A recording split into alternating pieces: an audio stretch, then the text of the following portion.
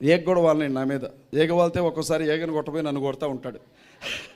చుట్టుపక్కల జనాన్ని జరిపే దగ్గర రావద్దా అడవా అడవా అడవ దగ్గర రావద్దని చెప్పి ఆ ఒంటి మీద ఉండే కోటు తీసేసి మొహంకి ఇసురుకుంటా నీళ్లు జల్లి ఇంత చేశారు. 4 గంటలంట ప్రవీణ్ పగడాల అన్న రామవరప్పాడు జంక్షన్ దగ్గర పడిపోయి ఉంటే అంట హెల్మెట్ తీయలేదంట, మాస్క్ తీయలేదంట. అసలు చూసారా, హెల్మెట్ కోసం మాస్క్ కోసమే చచ్చిపోయినట్టుంది ప్రవీణ్ పగడాలన్న.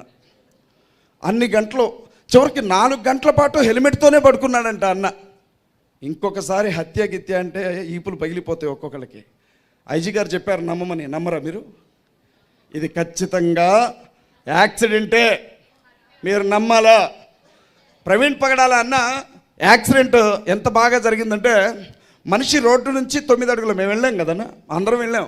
రోడ్డు నుంచి 9 అడుగుల దూరం ఉంటుంది, మహా అయితే నడుచుకుంటూ కొలిసి మరీ చూపించాడు హర్ష్ కుమార్ అన్న. అయితే మనిషి పడిపోయి ఉన్నాడు, బుల్లెట్ని దుప్పటి కప్పినట్టు కప్పు ఉంది బుల్లెట్, కాళ్ళ నుంచి తల వరకు.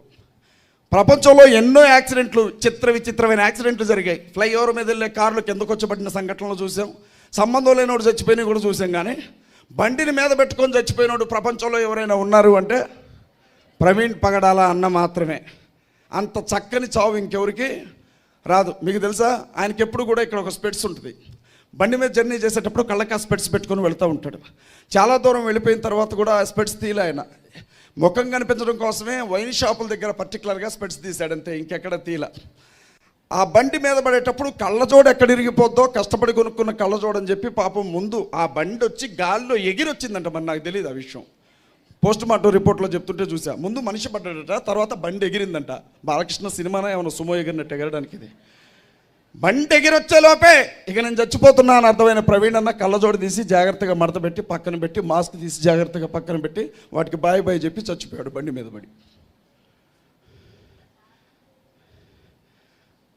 మనిషిని చంపారు, ముందు మాట్లాడితే కేసులు పెడతా ఉంటున్నారు,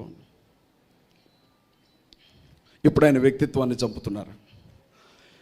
మీకు తెలుసో తెలీదు, నాకు వచ్చిన అనుమానం, సహజంగా అనుమానాలు వస్తుంటాయి కదా. ఆ రోజు ప్రవీణ్ అన్న చనిపోయారు అన్న విషయం దావాలంలాగా అన్ని రాష్ట్రాలకి పాకింది. అందరూ కూడా ఏమై ఉంటుంది ఏంటి అని టెన్షన్లో ఉన్నారు. అందరూ కూడా ఏం జరుగుంటుంది, ఎవరు చంపారు, యాక్సిడెంట్ అంటున్నారు, హత్యలాగా ఉంటుంది, ఇది పరిస్థితులు చూస్తూ ఉంటే ఇవన్నీ ఏంటి అని చూస్తూ ఉంటే హైదరాబాద్ నుంచి హమారా ప్రసాద్ అని ఒకడు ఉన్నాడండి. చిన్నజీయర్ స్వామికి గురువు గారు హమారా ప్రసాద్. చిన్నజీయర్ స్వామికి, పరిపూర్ణానంద స్వామికి గురువు గారు అన్నమాట. హమారా ప్రసాద్ అంటారు ఆయన్ని. చాలా తెలివి కలిగిన వ్యక్తి, జ్ఞానం కలిగిన వ్యక్తి. ఇంట్లో కూర్చొని ఒక స్టేట్మెంట్ ఇచ్చాడు. ఏంటో తెలుసా, అప్పటికి ఇంకా పోలీసులు రాలా, యాక్సిడెంట్ జరిగిన స్థలానికి వెళ్ళా, ఆ స్థలం చుట్టూ ఏ విధమైనటువంటి రిబ్బెన్లు కట్ల, ఇంకా అక్కడ ఏం జరిగిందో ఎవరికి తెలియదు. అసలు ఆ మనిషి డెడ్ బాడీని ఇంకా పూర్తిగా తీసుకొని హాస్పిటల్ దగ్గరికి రాలా. అప్పుడు వీడు ఏం స్టేట్మెంట్ పెట్టాడో తెలుసా, కడుపు నిండా తాగి చచ్చిపోయి ఉంటాడు, పోస్ట్ మార్టం రిపోర్ట్ కూడా అదే వచ్చింది చూసుకుంటా అన్నాడు వీడు. నేను అడిగాను, యారా నువ్వు మా అన్న ఎప్పుడు తాగారా, ఎక్కడ తాగారా అని అడిగాను నేను. ఖచ్చితంగా ఆ మనిషి తాగే చచ్చిపోయాడు అంటున్నావు కదా, నువ్వు మా అన్న ఎప్పుడైనా బార్ షాప్లో కూర్చొని తాగారా అని అడిగాను నేను. వాడు అలాగే అన్నాడు, కరుణాకర్ సుగ్గున అలాగే అన్నాడు, లలిత్ కుమార్ అలాగే అన్నాడు, ధర్మార్గం భాస్కర్ రాజు అలాగే అన్నాడు, పార్వతక్క అలాగే ఉంది. ఇక ఒక్కళ్ళేంటి. నా అనుమానం ఏంటంటే, మనిషి చనిపోయినటువంటి విషయం ఇంకా కుటుంబానికి కూడా పూర్తి వివరాలు తెలియకముందే తాగే తాగే తాగే తాగే యాక్సిడెంట్ అయి చచ్చిపోయాడని మొదటి రోజే వీళ్ళు చెప్పారు. అంటే ఎంత జాగ్రత్తగా స్కెచ్ గీసి ఉంటారో ఒక్కసారి ఆలోచించండి. చివరికి పోస్ట్ మార్టం రిపోర్ట్లో ఏం చెప్పారు, తాగి తాగి తాగి తాగి మళ్ళీ తాగి, ఒక్క తాగి కాదు, 2 తాగులు కూడా కాదు, 3 తాగులు తాగి తాగి తాగి యాక్సిడెంట్ అయ్యి చచ్చిపోయాడు. నేను చెప్తా ఉన్నా, దేవుని శాపము ఆయన రక్తం ఒలికించినటువంటి స్థలాన్ని వదిలిపెట్టదు చెప్తున్నాను నేను. ఎవడెవడైతే ప్రవీణ్ పగడాల అన్న యాక్సిడెంట్ వెనక ఉన్నాడో వాడికి కూడా కుటుంబం ఉంటుంది అన్న విషయాన్ని మర్చిపోవద్దు. వాడికి భార్య ఉంటుంది, వాడికి బిడ్డలు ఉంటారు, వాడికి తల్లిదండ్రులు ఉంటారు, వాడికి కుటుంబం ఉంటుంది. మనిషి ఏమీ చేయలేకపోవచ్చు. ఆ రోజు కయ్యని చేతుల్లో చనిపోయిన హేబేలు రక్తము మొరపెట్టినట్లుగా ప్రవీణ్ అన్న రక్తము కూడా మొరపెట్టి ఉంటుంది దగ్గర.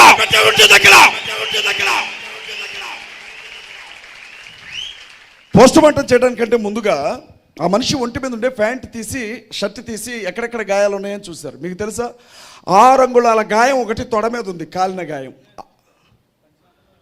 ఉన్నారు కదా, 6 అంగుళాల గాయం కాలినట్లుగా. సైలెన్సర్ మీద పడి ఒకవేళ తొడ కాలిందే అనుకుందాం, ప్యాంట్ కాలిద్దా? నాట్ ఇంప్రెస్డ్ ముత్తు సామి, షో సమ్ స్మైల్ ముత్తు సామి, గెట్ సమ్ వైబ్ ముత్తు సామి.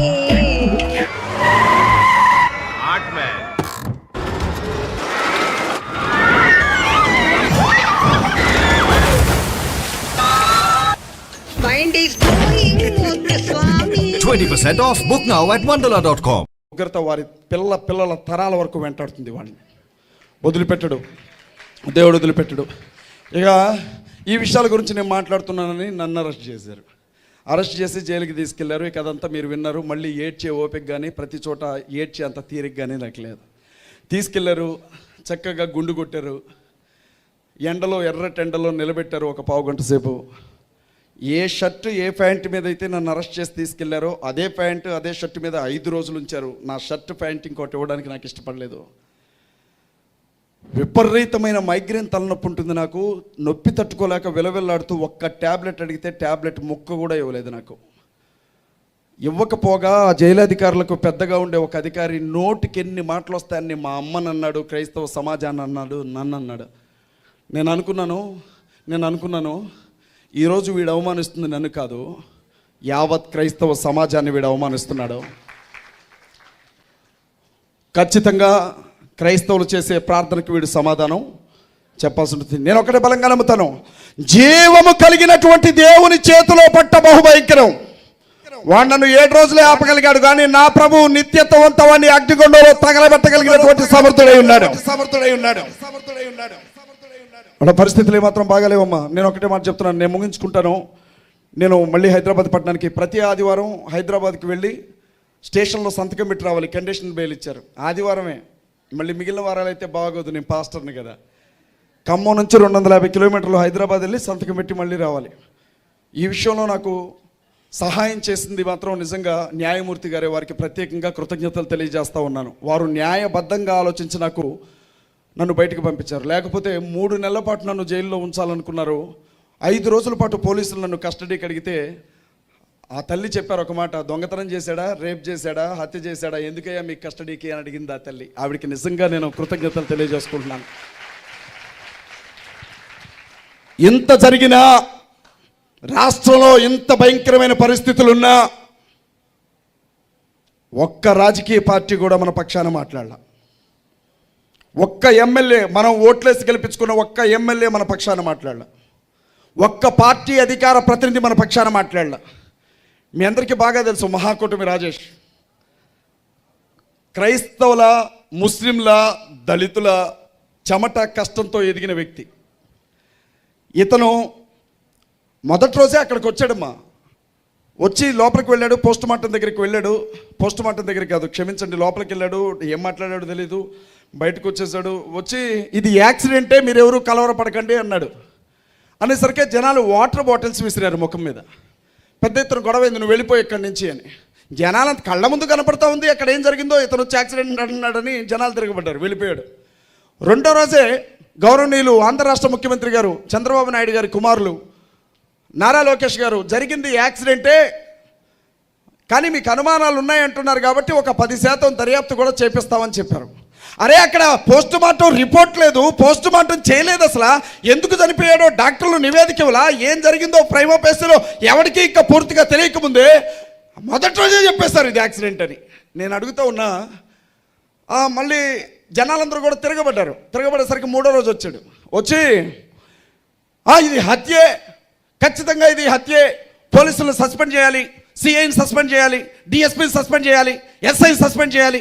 మా ప్రభుత్వానికి రాద్దాం అనుకుంటున్నారా, మా ప్రభుత్వాన్ని బదనం చేద్దాం అనుకుంటున్నారా, మా ప్రభుత్వాన్ని ఇబ్బంది పెడదాం అనుకుంటున్నారా అని మాట్లాడాడు. అన్నాడు. సిట్టి దగ్గరికి వెళ్ళాడు. పోలీసులందరికీ, సిట్లో ఉండే అధికారులకు కంప్లైంట్ ఇచ్చి వచ్చేసాడు. 4వ రోజే మళ్ళీ వచ్చాడు. ఇది యాక్సిడెంట్, ఇది యాక్సిడెంట్, ఇది యాక్సిడెంట్. నాకేమనిపించిందంటే ఆంధ్ర రాష్ట్రానికి ముఖ్యమంత్రి గౌరవనీయులైన చంద్రబాబు నాయుడు గారా, మహాకూటమి రాజేషా అనిపించింది నాకు. పోలీసుల కంటే ఎక్కువ శ్రద్ధ తీసుకున్నాడు, హోంమంత్రి గారి కంటే ఎక్కువ శ్రద్ధ తీసుకున్నాడు, లోకల్ ఎమ్మెల్యే కంటే ఎక్కువ శ్రద్ధ తీసుకున్నాడు. ఆ మహాసేన మీడియాలో 24 గంటలు ఇది యాక్సిడెంట్, ఇది యాక్సిడెంట్, ఇది యాక్సిడెంట్, తాగే చచ్చిపోయాడు, తాగే చచ్చిపోయాడు. ఎవరిని అవమానించాలనుకుంటున్నాడు మహాకుటుంబ రాజేష్? ఒక్కసారి యేసుక్రీస్తు ప్రభువుని నమ్ముకొని మారు మనసు పొందిన తరువాత ఏ సేవకుడు కూడా మందు ముట్టడు. ప్రాణం పోతున్నా సరే ఏ సేవకుడు మందు తాగడు. వీళ్ళు ఏం ఆధారంగా తీసుకుంటున్నారు తెలుసా? ప్రవీణ్ అన్న సేవలోనికి రాకముందు ఇదే కడపలో ఉన్నప్పుడు నేను మందు తాగాను, నేను డ్రగ్స్ తీసుకునేవాడిని, నేను ఇష్టానుసారంగా తిరిగాను, రౌడీజం చేశాను అని అప్పుడు చెప్పాడే. ఆ మాటల ఆధారంగా తీసుకున్నారు. మేము ఒక్కటే చెప్పాం, నీకు డబ్బు కావాలంటే క్రైస్తవ సంఘం అంతా కూడా జోలి పట్టుకొని అడుక్కొని ఇస్తాం. పదవి కావాలా అందరం కలిసి చంద్రబాబు కాళ్ళు పట్టుకొని పదవి ఇప్పిస్తాం. కానీ ప్రవీణ్ పగడాల అన్న వ్యక్తిత్వాన్ని చంపకు రాజేష్ అని చెప్పాము. ఆయన వ్యక్తిత్వం మీద మచ్చ వేయకు. ఇవాళ ఏమన్నారు తెలుసా? బయటకు వెళ్తే మీ పాస్టర్స్ అంతా తాగుబోతులు అంటున్నారు చేయబట్టి. మీ సంఘ కాపర్లందరూ కూడా తాగుబోతులేరా, మీకు రహస్య జీవితాలు ఉన్నాయంటున్నారు వీళ్ళు చేయబట్టి. మనిషిని చంపడం కంటే పెద్ద నేరం అండి ఒక మనిషి వ్యక్తిత్వాన్ని చంపడం, క్యారెక్టర్ని చంపడం. ఇవాళ ప్రవీణ్ పగడాల అన్న పోస్ట్ మార్టం రిపోర్ట్ ఎందుకు ఇవ్వట్లేదు అని అడిగితే ఎవరిని అరెస్ట్ చేస్తే కేసు డైవర్ట్ అయిద్దని చూసి నన్ను అరెస్ట్ చేసి జైలుకి పంపించారు. నేను అనుకుంటాను, నాకు జుట్టు అంటే చాలా ఇష్టం అండి బాబు, మెడ దాకా ఉంటుంది నా జుట్టు. వాడు తీసుకెళ్ళడమే లేటు, ముందు పక్క నుండి మరి డిప్ప కటింగ్ కొట్టించాడు. నేను అనుకున్నాను, ప్రభువా నువ్వు అడిగితే ఏదైనా ఇస్తాను, జుట్టు మాత్రం తప్ప అనుకునేవాడిని. నేను అడగకుండానే తీసుకున్నాడు ప్రభు నా దగ్గర నుంచి జుట్టుని. ఏది ఏమైనా ఒకటి గుర్తుపెట్టుకోండి, ఏ పార్టీ మన గురించి ముందుకు రాలేదుగా. పార్టీలన్నింటినీ జ్ఞాపకం చేసుకోండి. జవహర్లాల్ నెహ్రూ గారు ఒక మాట అనేవాడు, అభిలే ఇక నువ్వే మాట్లాడేది. జవహర్లాల్ నెహ్రూ గారు ఒక మాట అనేవాడు, క్రైస్తవులు నిద్రపోతున్న సింహాలు, వారిని అలాగే పడుకోనివ్వండి, జూలు పట్టుకొని లేపారో వాళ్ళు లెగిచారో వాళ్ళు వేటాడతారు అని చెప్పేవాడు. ప్రవీణ్ పగడాల అన్న మరణంతో ఒక్కసారిగా ఉలిక్కిపడి లేచాయి క్రైస్తవ సింహాలన్నీ. నేను చెప్తా ఉన్నా నీ బాగా మీరు అంటరాని వాళ్ళని ఎవరిని అంటున్నారో, మీకంటే ఎక్కువగా ఆంగ్ల భాషను మాట్లాడగలరు, మీకంటే ఎక్కువగా స్పష్టమైన భాష వినిపించగలరు, మీకంటే భాషగా ఉండగలరు, మీకంటే అద్భుతంగా జీవించగలరు. కానీ యేసుక్రీస్తు బట్టి ఇవాళ మా గొంతును నరికారు కాబట్టి ఇంకా ఏ గొంతు దానికి వ్యతిరేకంగా వచ్చినా సమాధానం చెప్పకుండా మాత్రం వదిలిపెట్టాం. సిద్ధంగా ఉన్నాం. ఏ పార్టీ వాడు వస్తాడో, ఏ రాజకీయ పార్టీ వాడు వస్తాడో, ఎవడొచ్చి ఓటు అడుగుతాడో చూస్తాను. ఏంటండి 8,000 మందికి పాస్టర్ల గౌరవ వేతనం ఎంతమందికి పడ్డదండి? పాస్టర్ల గౌరవ వేతనం ఎంతమందికి పడ్డది?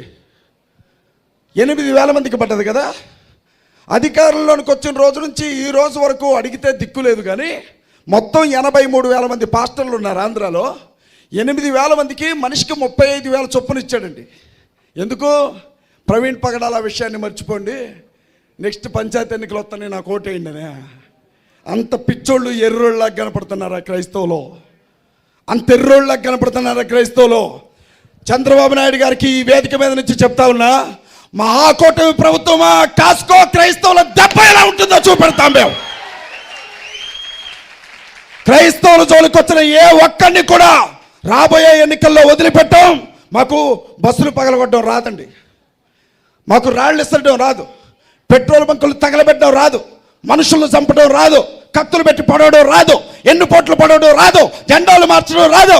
మాకు తెలిసింది ఒకటే, యూనిటీగా ఒక్కసారి నిలబడ్డామో ఎవరినైనా నేల నాకి వదిలి పెడతాం. ఓ మహాకూటమే కాదు, మిగిలిన 2 పార్టీలు కూడా రాలా. బాగా గుర్తుపెట్టుకోండి, మళ్ళీ మీ ముందుకు వస్తాం. ఇప్పటికి జరిగిన నష్టం చాలు. ఇంకో ప్రవీణ్ పగడాల సంఘంలో చనిపోవడానికి వీలు లేదు. క్రైస్తవ సంఘాన్ని కాపాడుకోవాల్సిన బాధ్యత మనందరి మీద ఉంది. ఈ సంఘం నాకేంటంటే అండి, నేను బయలుదేరి వస్తుంటే నాకు 1.5 సంవత్సరాల బాబు, 5 సంవత్సరాల పాప నా కాళ్ళు పట్టుకొని ఏడుస్తూ ఉంటారు, వెళ్ళొద్దు అని. ఏమంటాను, నాకు ఇప్పటికి 40 ఏళ్ళు, మహా అయితే ఇంకొక 20 ఏళ్ళు బతుకుతాను, చచ్చిపోతాను. కానీ ఈ పిల్లలు ఎట్లా బతకాలి ఇక్కడ? ఇళ్లలోకి వచ్చి కొడుతున్నారే, బయటికి లాక్కెళ్ళి